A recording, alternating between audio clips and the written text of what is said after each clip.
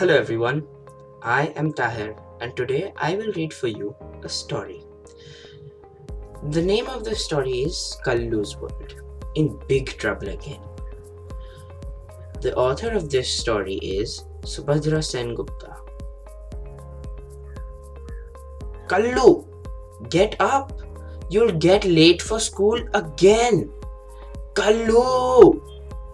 An urgent voice pierced through the lovely dream in which Kallu and his friend Damu were catching a huge fish in the river.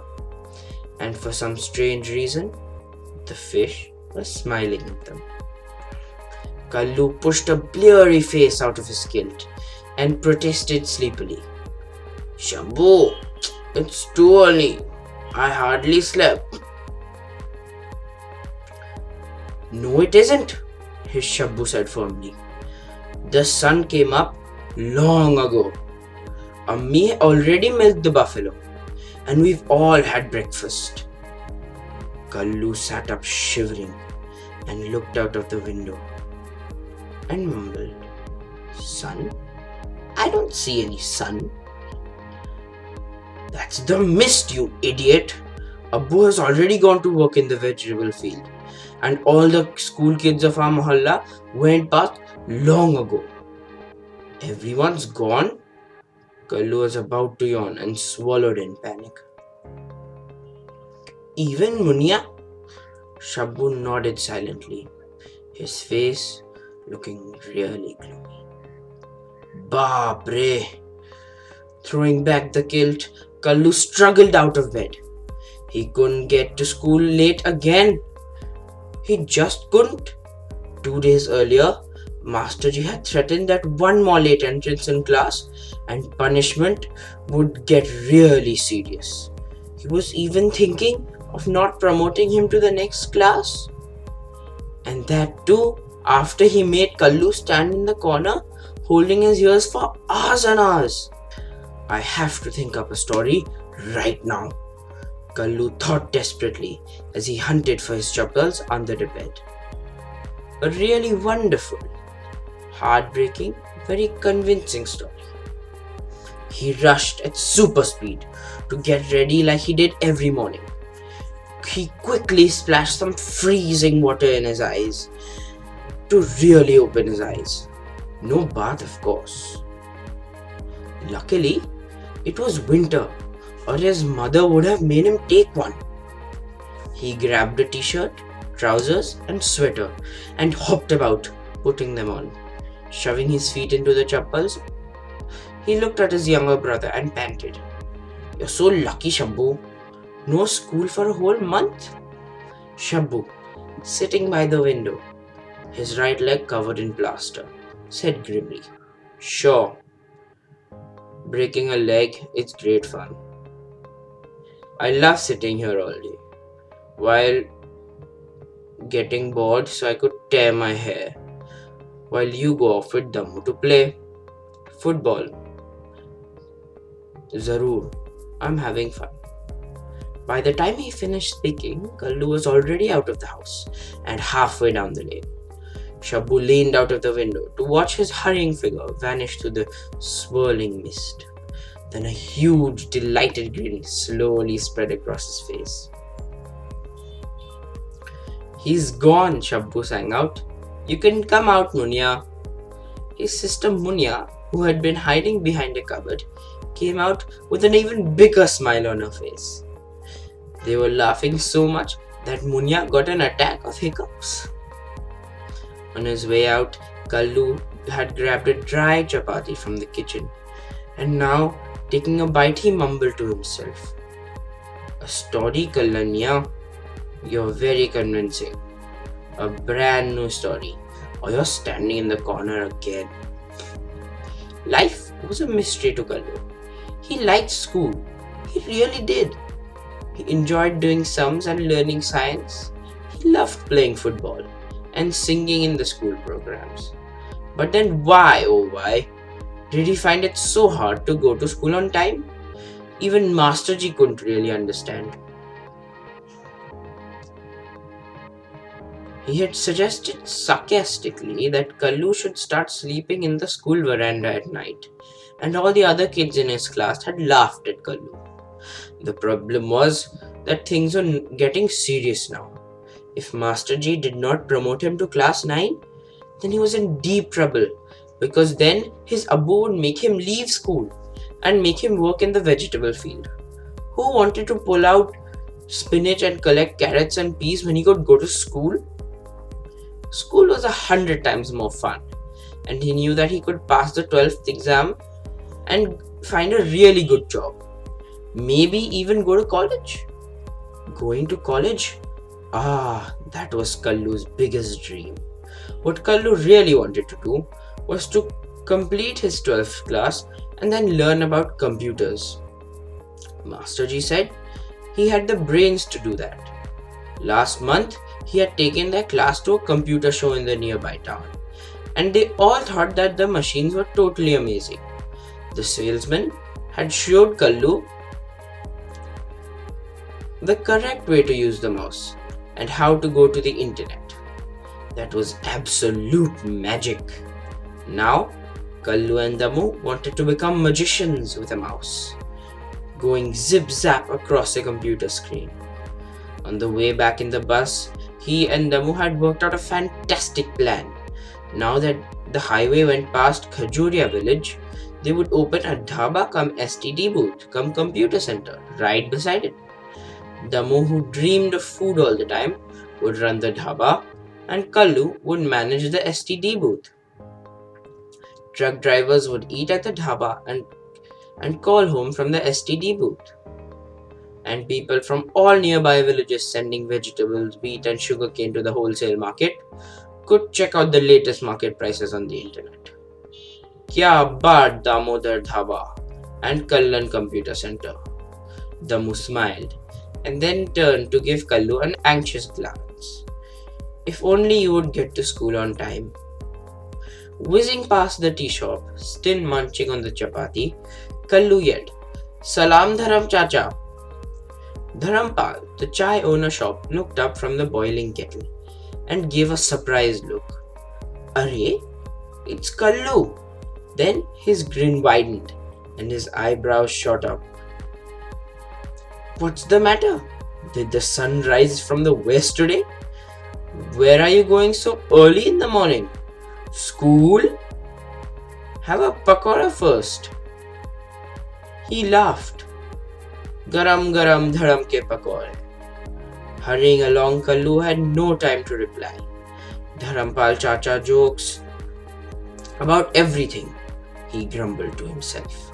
Here, Kallu was in a serious trouble, and he was talking about silly pakoras. What was so funny about Kallu getting late for school anyway? It happened every week.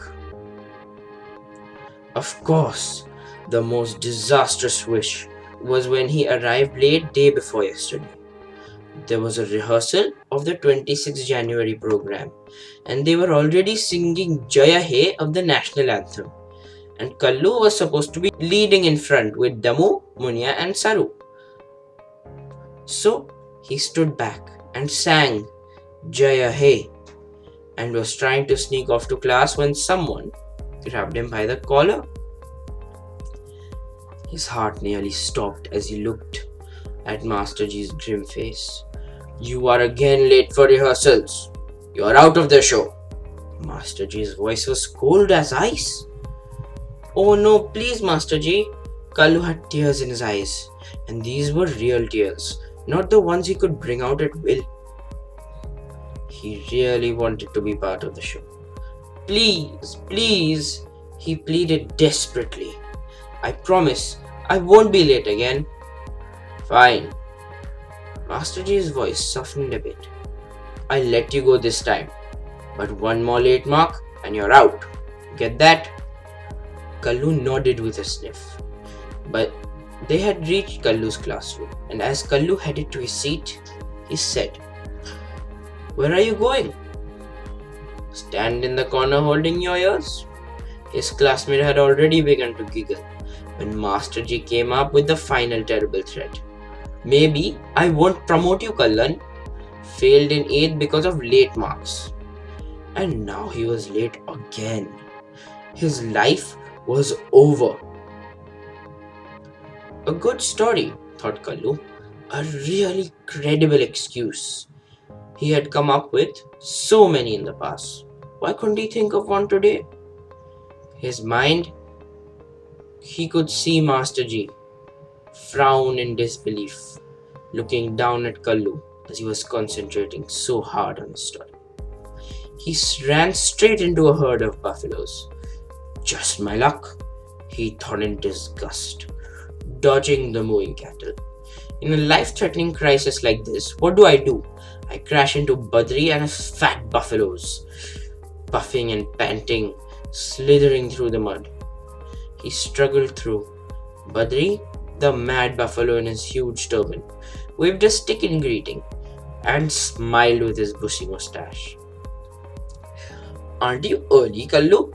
Why don't you help me watch the buffaloes and then go to school? Are you joking? No, I'll give you 5 rupees this time. You're early. Sure, I'm early, muttered irritatedly. I'm so early, it's not even today yet. It's still yesterday. And I'll also feed your buffaloes and dance with them. Badri laughed as he slapped the buffalo on the rump. You're really funny, Kallan. Kallu kept running.